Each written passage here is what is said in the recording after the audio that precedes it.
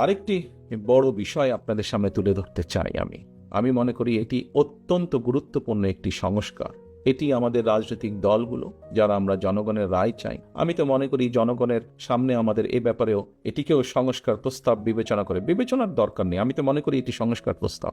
২০ কোটি মানুষ যদি আমরা ধরে নিই, ২০ কোটি মানুষের প্রতিদিনের ব্যবহার্য পানি, কি পরিমাণ পানি প্রয়োজন হয়, প্রতিটি মানুষ কি তার ব্যবহারের জন্য যথেষ্ট পানি, পিওর পানি কি আমরা সরবরাহ করতে সক্ষম হচ্ছি? আমরা হয়তো হচ্ছি না।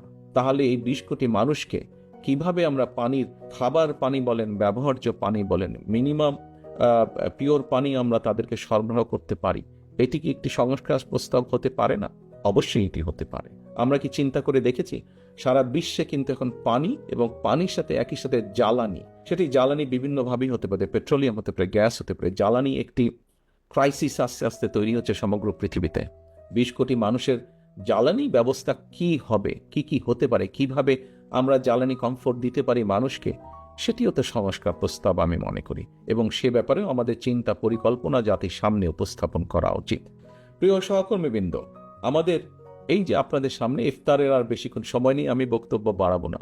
আমি এখানে উপস্থিত যারা রাজনীতিবিদ আছেন সকলকে আমি অনুরোধ করব, আসুন জনগণের এই বিষয়গুলোর ব্যাপারেও আমরা চিন্তা করি, কথা বলি। আমাদের এই ব্যাপারেও আমাদের কি কি সংস্কার আছে সেগুলো আমরা তুলে ধরার চেষ্টা করি।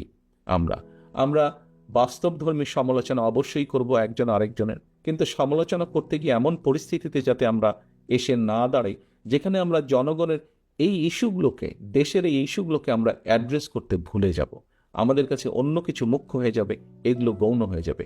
এটি যদি হয় তাহলে এই দেশের সম্ভাবনা সব শেষ হয়ে যাবে, নষ্ট হয়ে যেতে পারে। এবং অবশ্যই এটি আমাদের এই ঘরে উপস্থিত কারোরই সেটি চাওয়া নয়।